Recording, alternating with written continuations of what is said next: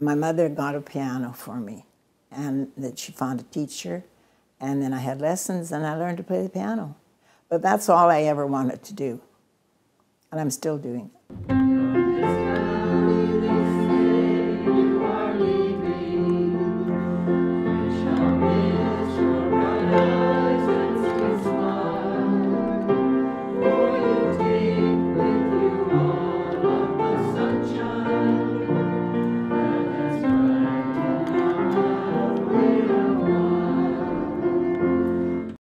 My name is Norma Law. I was born in Devlin, Ontario, on May the 27th, 1925. Well, everybody was the same. We didn't have electricity or any running water, so you know it was kind of not easy, but I didn't care. Well, my father was a good-looking guy, and he was an actor. He loved to be in plays. He was a lot of fun. He was always cracking wise jokes, making everybody laugh. He was in a play one time, and he had to eat a cream puff. And my mother had to make the cream puffs for him to take to be in the play. And he said to me, you know, I'm just going to take that cream puff and I'm just going to chomp it like that. I'm going to have whipped cream all over my face. And my mother said, don't you dare do that, Dunk. But he did. That was the kind of things that he did. He just tried to make us laugh all the time. Mother was a wonderful sewer. She made all our clothes. She was very smart, even she didn't have much education. They used to have what they call short courses, which is a group of women who would learn how to sew or cook or whatever. And she was just very capable woman. They had 4 children.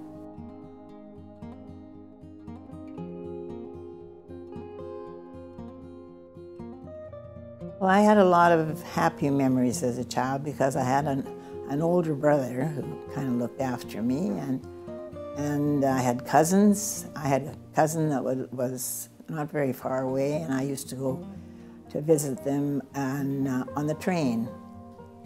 It was 5 cents to go to one cousin, and it was 10 cents to go to the other one. My grandma lived with us. I slept with my grandma until I was 15 years old. I never had my own bedroom ever, but she really looked after me. Oh, I have many happy memories of my grandma. Well, I had 2 teachers, only I was in a 2-room school. So I had a teacher that played the piano and taught us so many songs. That was my whole life. I would just stand there and watch this teacher play the piano.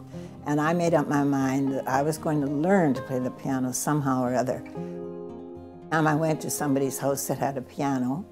I would go in and I would play. And if they didn't tell me to get away from that piano, I then would sit down and I would start to play, just trying to play. But other than that, I didn't have any playmates because we went to school and everybody went home. And my next playmate would be a good 1.5 miles away. So when we got home, we stayed at home.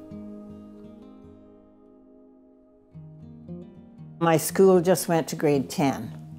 And so to go further off to school, I had to go to Fort Frances. And I was one of the lucky ones. Most of the kids, when they got through to grade 10, they were done.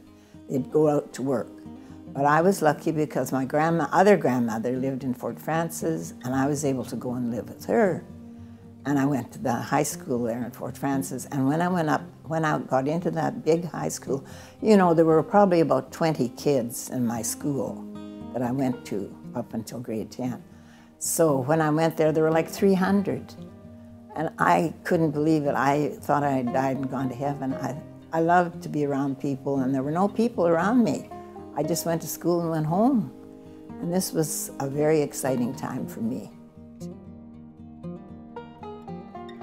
I was walking on the street, and he was coming down the street with his friend who I knew. And his friend had been in the Navy, and he came over to me, and I said, "Oh, hi, Jack." And he said, "Hi, Norma," and he kissed me. And this tall, good-looking fellow was with him, and he said, "How about me?" And I said, "Oh, sure." He said, "This is my friend Norma." So we kissed. So that was your first kiss then? Yeah, with this guy. You know, in those days, the war's over. The guys are all home. And the guys are looking for a girl, and the girls are looking for a guy. I'm telling you, that's the way it was.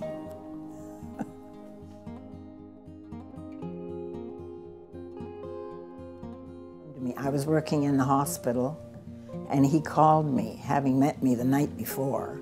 And he called and invited me to go to the movie. And I was never allowed to go to movies on Sunday night. And I was living with my grandma. And I said to him, "Well, I'll have to ask my grandma, and I'll let you know." And so he took me out. I did go to the movie with our friends. We had a really good time. And he said to me, "I'm just taking for granted that you're going to marry me that very first night." And I said, "Excuse me?" He said, "Well, think about it." So I go home and I'm thinking, my gosh, this is kind of fast. So the next night, he said, "Well, I'd like to see you tomorrow night." So I said, "Okay, that's fine." So then he phoned me and he said, "I can't keep our date tonight because I have to take a bath and wash my hair." Now, in those days, taking a bath and washing your hair, you didn't go outside after because you might catch a cold. And he was living with his mom and dad. And his mother said, "Well, you're not going out after you have a bath and wash your head." This was probably in October. And in Christmas Eve, we were engaged. And then we got married in April. My family did not approve of alcohol in any form, so naturally there was no liquor at our wedding. But our wedding was at 12 o'clock noon, and what they used to have then after the wedding was a wedding breakfast. So we went all directly to the hotel, and there were 30 guests, and I think our meal was $1 a plate. There was no dance or any other kind of reception. It was just a dinner. But it was mostly relatives and close friends. We didn't have any Pampers. We had one thing was we had a washing machine. We didn't have a dryer. So we had to I had a lot of washing to do, of course, with a baby. But I don't know, everybody else was doing the same thing. I didn't think anything of it. Nobody else did either. Well, my case, I don't know what happened, but Peter didn't want to be born. So I was in the hospital for quite a few days. And every night, my labor pains would start, but they would quit. So he'd say, "Well, we better keep you overnight." So like for 4 days, I was in there waiting. Well, finally, the baby was born. Peter went off to university. He was a teacher. And then he saw this ad that a teacher was needed at a private school in Switzerland. And he said, "I just went right over to see this girl." And he sold himself and he got this job over in Switzerland. He was there just for a year. But what an experience it was. But he's always done well with his teaching. Donna came, and that was the happiest day of her dad's life. He'd never had a sister, and he couldn't believe we had a little girl. We were pretty excited when Donna became a flight attendant. That was when she left home and she was 16. That was pretty tough. But she wanted to go. We knew she wanted to go. She told us she wanted to go. Her dad was not happy, but I said, I know she wanted to go. So away she went. And we did a lot of traveling on Donna's tail because she was helping us go places and do things.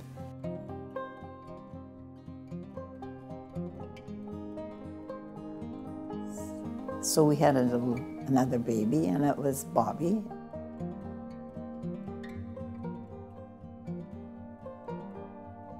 When he was in university, he was drafted by the NHL, and we were very proud of Bobby when he was playing hockey. We went to a lot of his games, and it was wonderful.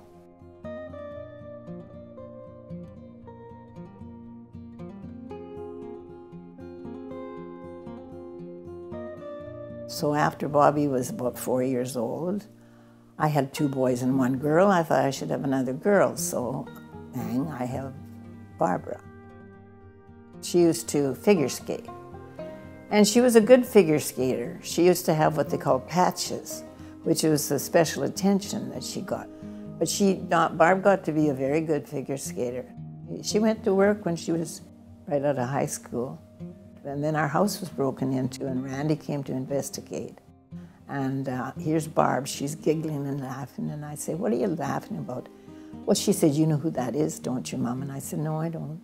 She said, "That's Randy." And I said, "Randy? Oh, it is Randy, yes. So, well, I should know Randy." Anyway, long story short, she married Randy, and she moved to Alberta. And then after that, I didn't think I wanted any more, but whoops, I did have another boy, and that's John. Well, John, he loved to have a good time, and he wanted a motorbike in the worst way.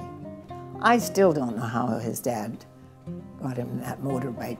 He was always standing up on the seat, and he was always acting up because he just was one of those kind of kids.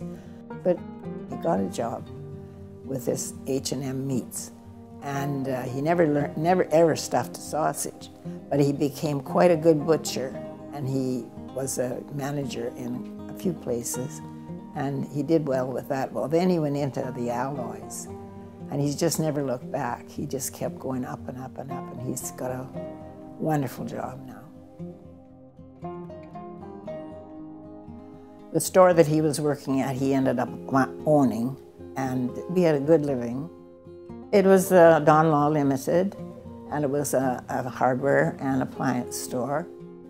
And he was playing at dances all through our married life.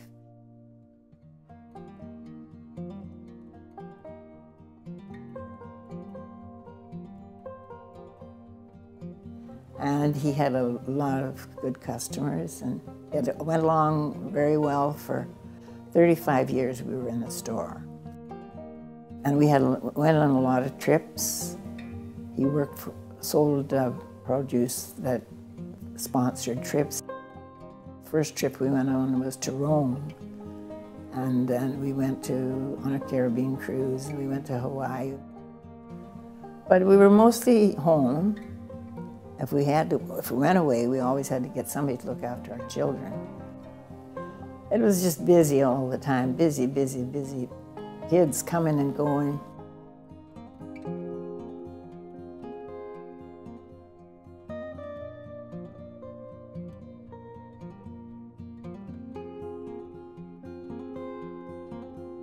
Oh, I love being a grandma. I love it. I loved being a grandma from day one. Because, you know, all my grandchildren are so great and wonderful. And we haven't had a restless moment with any of them. They're so loving. And when I see them, I just know that they're here because they want to see me. And it's just wonderful. And my great-grandchildren, too, they're all just wonderful. Just wonderful.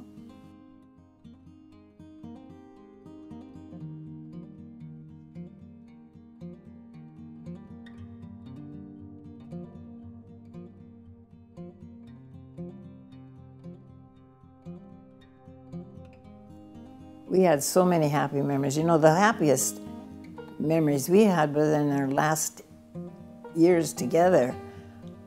We were 18 years in White Rock, and it was just fun all the time because my husband was retired, and I didn't work, and we just had fun. We celebrated our 40th wedding anniversary in San Francisco. We used to go to the wine festivals. We had made a lot of friends. Through the years, we made friends that we've kept in touch with all these years.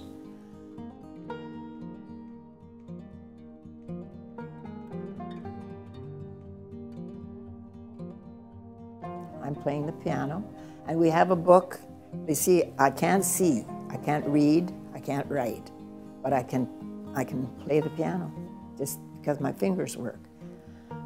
So they have this book, and I said, all right, if you call out a song that I don't know, I'll just tell you, I can't play it. But I've never been stuck yet because I've used that book a lot. So they sing, and I have a couple of men singers there that are absolutely wonderful. And, you know, it's just fun. A lot of fun.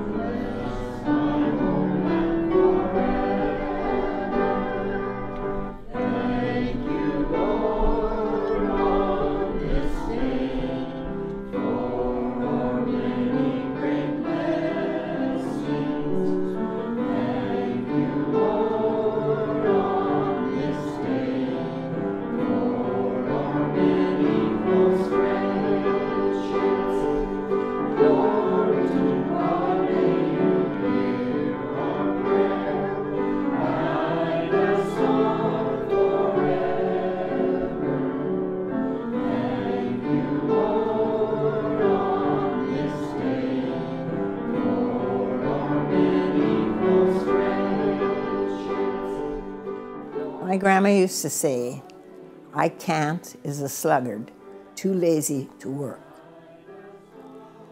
I was never allowed to say I can't. You have to try. If you want to do something, you have to try and do it. You can't just say I can't. And if you try and you find you can do it, more power to you.